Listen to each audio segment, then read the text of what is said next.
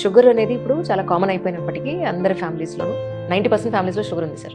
అంటే మన Indian డైట్లోనే problem ఉంది మీ ఉద్దేశ ప్రకారం అంటే ఏమంటారు? యాక్చువల్గా India is a diabetic capital లాగా ఈరోజు చూస్తున్నాం. వరల్డ్ వైడ్ కూడా ఇన్సిడెన్స్ బాగా ఎక్కువైంది. ఆల్మోస్ట్ గ్లోబల్గా ఒక 25% ఆఫ్ ద పాపులేషన్ మెటబాలిక్ డిసీజెస్తో అయితే దే ఆర్ సఫరింగ్. అందులో ఒకటి మనకు డయాబెటీస్. అన్నిటికీ మూలం ఒక ఇన్సులిన్ రెసిస్టెన్స్ అన్నది కీ థింగ్ అనమాట ఈ మెటబాలిక్ డిసీజెస్ కన్నిటికి. ఇండియాలో ఎందుకు అవుతుంది అని అంటే ట్రెడిషనల్గా మన ఫుడ్స్ హోల్ ఫుడ్స్ ఉండేవి. సో మన ఓల్డెన్ టైమ్స్లో మనం చూసినప్పుడు ఇంత రిఫైన్డ్ ఫుడ్స్ మనం తీసుకునే వాళ్ళం కాదు. ఇప్పుడు ఏంటంటే ప్రాసెసింగ్ కానీ industrialization of the food industry మొత్తం ఇండస్ట్రియలైజ్ అయిపోయింది.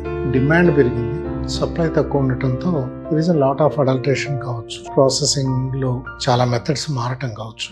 ఇవన్నీ మనము అంటే ఓ రకంగా చెప్పాలంటే కంప్లీట్గా ఇప్పుడు రైస్ తీసుకుంటే we're stripping off all the fibre and we're polishing. చూడటానికి బాగా ఉండేటట్టుగా, వండినప్పుడు కూడా మెత్తగా ఉండేటట్టుగా చేసుకోవటం, కుకింగ్ మెథడ్స్ కూడా ఈజీగా ఉండటం అన్నది చేసుకుంటాం. అలాగే వెస్టర్న్ హ్యాబిట్స్ని అక్వైర్ చేసుకుంటాం. సో వీటి వల్ల ఈ డయాబెటీస్ ఇన్సిడెన్స్ అంటే బాగా పెరుగుతుంది. సో ఒక రకంగా ఇండియన్స్ కూడా genetically they are prone for central obesity. అంటే ఇప్పుడు అమెరికన్స్ని, యూరోపియన్స్ని చూస్తాం.